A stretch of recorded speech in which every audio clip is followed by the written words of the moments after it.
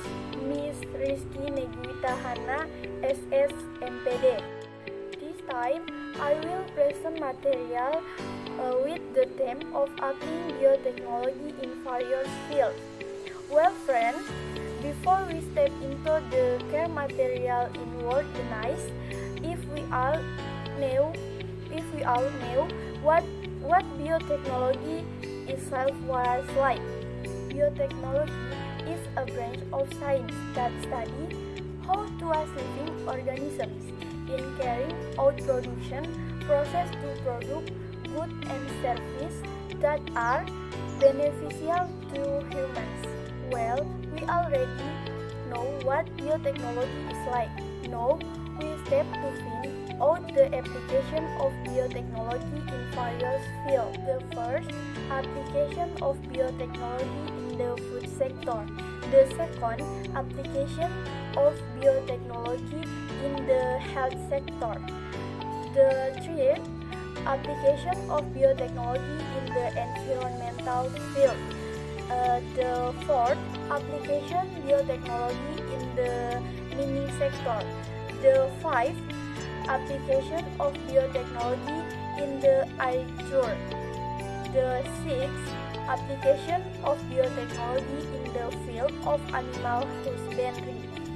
The seventh, application of biotechnology in the renewable bioenergy. For more details, let's watch the following video.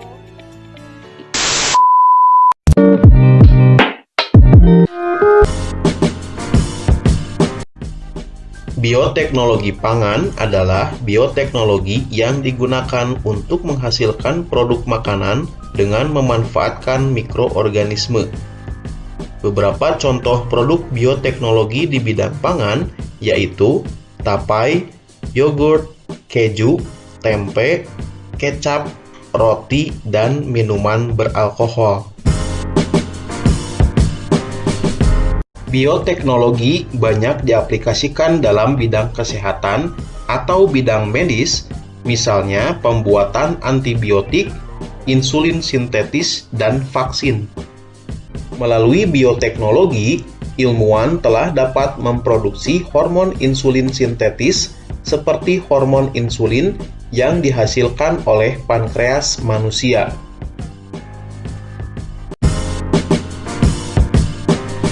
Sampai saat ini, sudah beberapa kali terjadi kasus pencemaran air laut oleh tumpahan minyak di perairan Indonesia.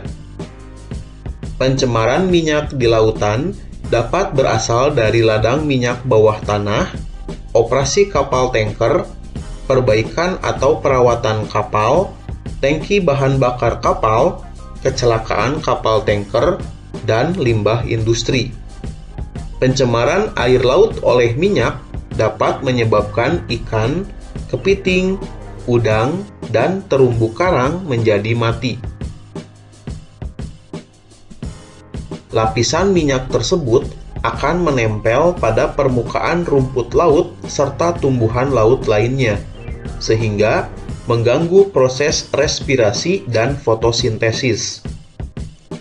Dampak lain dari pencemaran tersebut adalah rusaknya ekosistem bakau. Lapisan minyak yang terbentuk di permukaan laut akan dapat menutupi akar bakau yang mengakibatkan pertukaran antara oksigen dan karbon dioksida pada akar bakau berkurang. Dalam jangka waktu yang lama, kondisi ini akan dapat mengakibatkan akar bakau busuk dan kemudian menyebabkan kematian pada tumbuhan bakau. Sebagai upaya untuk menanggulangi masalah tersebut, ilmuwan memanfaatkan bakteri dari genus Pseudomonas untuk membersihkan tumpahan minyak. Bakteri Pseudomonas mampu memanfaatkan minyak sebagai sumber energinya dengan cara memecah molekul minyak menjadi karbon dioksida.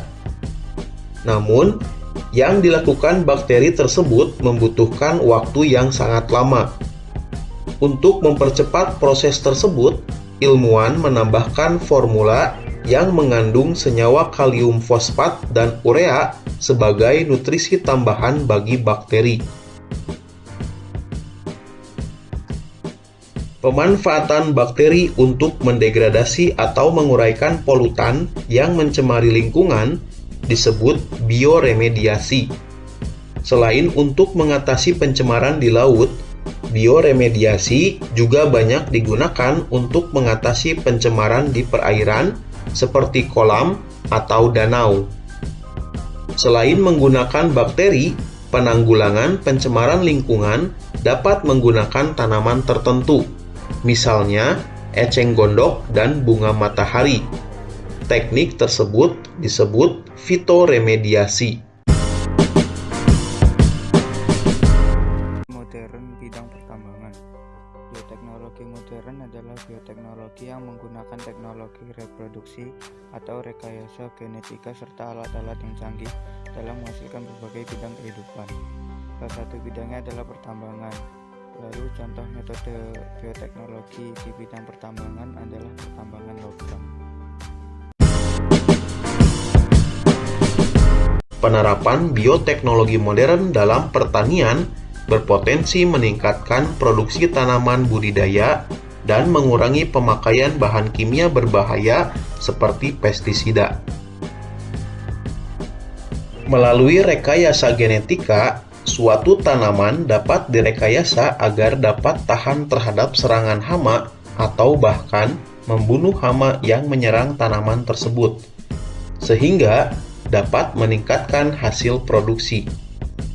Tanaman juga dapat dirancang untuk tahan terhadap hermisida dan insektisida melalui rekayasa genetika.